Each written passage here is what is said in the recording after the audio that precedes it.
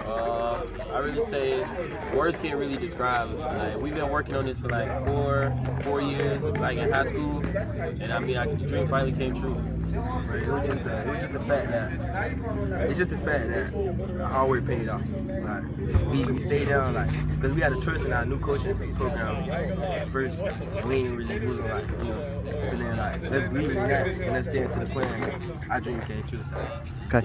And one of the things Coach Marlowe always talked about, don't focus on the opponent, focus on yourselves. How do you think that made y'all better for this journey? And I'll let each of you answer. I think we worried about what we were responsible for is to worry about what everybody else is doing, and we focused a lot more individually as groups and then came together as a team on a Friday. I think that helped us a lot more to see the plan going forward. Okay. And what he said kind of buys into the theme, you practice as well as you play. Knowing that you had to focus on yourselves and you were focusing on the little things from Monday through Thursday, what kind of difference do you think that made on Friday night? I think it made a big difference. I mean, if we have, what it was, 3 good days of practice. Usually when we had 3 good days of practice, we played our best on Friday. When you won the season opener, I know that was kind of a journey in itself for that game. You drive to Goose Creek, drive back, then you go there, you wait a little bit, and you finally get to play the game. And you dominate in that game. What did that tell you about y'all's team? Who was hungry? Who was hungry? That was all that be said right there. Who was hungry? We knew who was hungry. We had to go there, come back, go there. It was lightning, it was raining. We finally could play, it was balls to the walls, then I ain't gonna lie. Then, after that, maybe 1 or 2 weeks after that, you got a game against Oceanside Collegiate. How did you as a team grow from that game? How did that one game make a difference in you for the rest of the season? That game tested us. It really pushed us to our abilities, Some of us didn't play as well as we wanted to, but we overcame it as a team and came together as one big group, and we learned from that and learned that if we play as a team and all groups play together, we can't be beat. Convincing win y'all had over South Point. We came into that game as an underdog. Nobody really expected us to win how we did, except our coaches. They believed in us, and we used that mentality to kind of say, hey, they're number one, we want to be there, and that's where we want to stay, so we're going to go get after what we want. Okay, now moving on through the season, you got impressive wins along the way.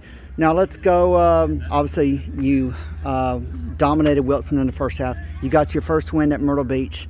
And then after that, you take care of North Myrtle Beach in dominating fashion. And before long, you're going up against West Florence. What were your thoughts to that game, and just how did that make a difference this season, getting a win like that? West Florence for us was just another game to us.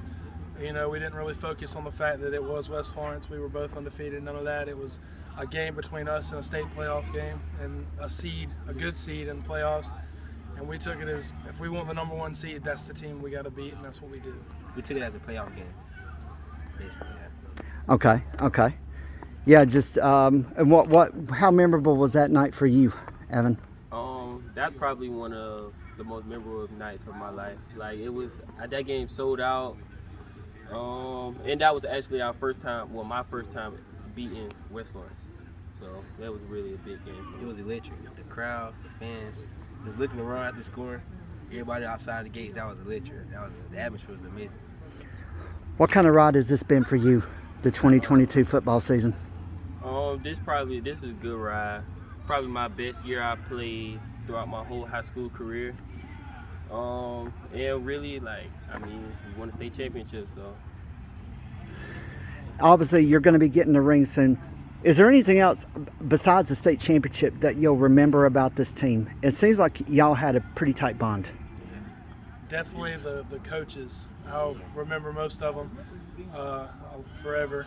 Coach Marlowe, when he came in here, we all learned together and we all grew together, and that was a memorable thing for us, getting to grow with him and him growing with us and us becoming one with him and following and trusting him was a big thing. And he's made a big impact on a lot of us, and that's going to be one of my most memorable things.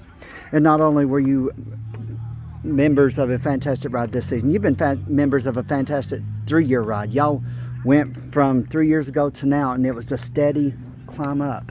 What does it mean to finish that 3-year climb at the top? it's a real big thing to me. I mean, like, when you put in work day in, day in, day in, day, and then it finally pays off, like, it's just a joyful feeling, Relief. I can imagine how stressful it was between the lower state final and the state final. What do you think this does for the high school of South Florence to be state champions? It changes the attitude towards athletics, I think, because when we were 3 years ago, when we were 2-6, you know, we didn't have the crowd we did once we started winning and stuff, and the football players actually changed behavior in the school as well.